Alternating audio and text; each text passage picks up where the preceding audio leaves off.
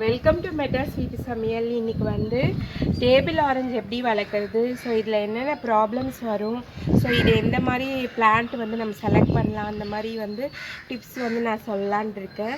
இது பார்த்திங்கன்னா கொத்து கொத்தாக காய் வைக்கும் பாருங்கள். எப்போதுமே இதில் வந்து காய் இருந்துகிட்டே இருக்கும். ஸோ இங்கே பாருங்கள், நல்லா காய் வந்து நல்லா பெருசாகவே இருக்குது. ஸோ இது வந்து பாருங்கள் 3 காய் 5 காய் அந்த மாதிரி தான் இருக்கும். ரொம்பவே யூஸ்ஃபுல்லான பிளான்ட் இது. ஸோ இது வந்து ஒட்டு செடி தான். இது வாங்கி ஒரு 4 வருஷம் இருக்கும் நான் வாங்கி. ஸோ எப்போதுமே காய் இருக்குது. இந்த காய் எடுத்து நம்ம வந்து ஜூஸ் போடுறதுக்கு பயன்படுத்தலாம். அதே மாதிரி சாதம் தாளிக்கலாம். இது வந்து லெமனை விட ட்ரிபிள் டைம் வந்து புளிப்பு ஜாஸ்தியாக இருக்கும். ஸோ ரொம்பவே நல்லாயிருக்கும் இந்த பிளான்ட்டு.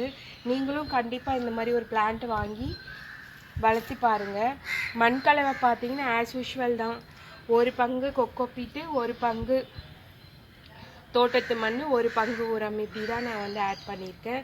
இடையில வீக்லி ஒன்ஸ் பார்த்தீங்கன்னா மீன் அமிலம் 1 வாரம், பஞ்சகாவியா 1 வாரம், அந்த மாதிரி கொடுக்கலாம் நம்ம. அதே மாதிரி இதில் வரக்கூடிய பிரச்சனை அப்படின்னு பார்த்தீங்கன்னா இந்த பிரச்சனை தான்.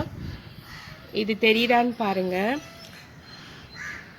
இது வந்து ஒரு புழு.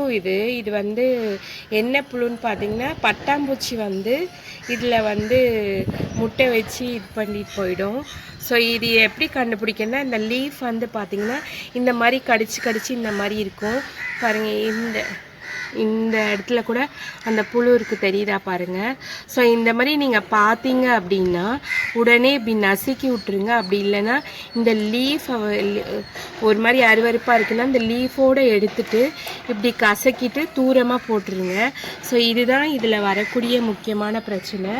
அதே மாதிரி வெயில் காலத்தில் வந்து மாவு பூச்சி தொல்லை இருக்கும், அது மாதிரி இருக்கும். அதுக்கப்புறம் வந்து ரொம்ப வெயில் ஜாஸ்தியாக இருக்குது அப்படின்னா, அயன் கம்மியாக இருக்குது அப்படின்னா இது வந்து ஸோ இந்த மாதிரி வெளுத்து இந்த மாதிரி க்ரீன் நரம்பு வந்த மாதிரி இருக்கும். ஸோ அந்த மாதிரி இருக்கும்போது நீங்கள் வந்து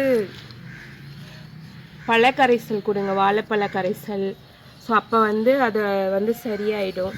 ஸோ இதுதான் நான் இதில் பார்த்த பிரச்சனை அப்படின்னு சொல்லிட்டு, வேறு எதுவும் இதில் பெருசாக பிரச்சனை இல்லை. அதே மாதிரி இந்த காய் முடிஞ்ச உடனே ஸோ அந்த காம்பு பகுதியை வந்து இப்படி நீங்கள் வந்து கட் பண்ணி எடுத்துருங்க. அப்போ புது தளிர் வந்து இன்னுமே வந்து உங்களுக்கு நல்ல காய் வந்து கொத்தாக பிடிக்கும். ஸோ நீங்களும் வாங்கி ட்ரை பண்ணி பாருங்கள். அப்புறம் வந்து முக்கியமாக வந்து மண்கலவை கலக்கும்போது அதில் வந்து போன் மீல் ஆட் பண்ணிக்கோங்க, 1 ஸ்பூன். மந்த்லி ஒன்ஸ் வந்து நீங்கள் போன் மீல் கொடுத்தீங்கன்னா நல்லாவே காய் நிறைய பிடிக்கும் உங்களுக்கு. அது அப்புறம் தண்ணி வந்து கொடுக்கறது பார்த்தீங்கன்னா ஒரு 3 நாளைக்கு ஒரு டைம் நீங்கள் தண்ணி கொடுத்தா போதும். டெய்லியும் நீங்கள் தண்ணி கொடுத்தீங்கன்னா இதில் இருக்க பூலாம் கொட்டிடும், காய் நிற்காது. ஸோ அது வந்து பார்த்துக்கோங்க. ஏன்னா இது ஒரு மர வகையை சார்ந்தது. அதனால் 3 டேஸ் வரையும் தாங்கும். 3 டேஸ் 4 டேஸ் ஒன்ஸ் கூட நீங்கள் வந்து இதுக்கு வந்து தண்ணி கொடுக்கலாம். அதே மாதிரி இந்த மாதிரி இலை சுருட்டல் மாதிரி இந்த மாதிரி வருது அப்படின்னா அந்த இலையெல்லாம் ரிமூவ் பண்ணுங்கள். ரெகுலராக நீம் ஆயில் ஸ்ப்ரே பண்ணிகிட்டே வந்தீங்கன்னா இந்த இலை சுருட்டல் வராது. இல்லைன்னா புளிச்ச மோர் கூட நீங்கள் தெளித்து விடலாம். அதே மாதிரி இந்த புழு வருதுன்னு சொன்ன இல்லைங்களா, பட்டர்ஃப்ளை புழு வைக்கிதுன்னு, அந்த புழு வைக்கிற டைமில் நீங்கள் என்ன பண்ணுறதுன்னா இந்த சைஸ் வந்து கட்டி பெருங்காயம் எடுத்துகிட்டு வேர்லேருந்து ஒரு 1/2 அடி தள்ளி அதை புதைச்சி வச்சிட்டிங்கன்னா தண்ணி ஊற்றும் போது கரைஞ்சி அது போயிடும். அந்த வாசனைக்கு வந்து இந்த புழு வந்து அதில் வந்து முட்டை போடாமல் போயிடும், பட்டர்ஃப்ளை வந்து. ஸோ இந்த மாதிரி தான் வந்து இதை வந்து சேவ் பண்ணி நம்ம வளர்த்துக்கலாம். ஸோ எல்லா பாயிண்ட்டுமே எனக்கு தெரிஞ்ச எல்லா பாயிண்ட்டுமே நான் சொல்லிட்டேன்னு நினைக்கிறேன்.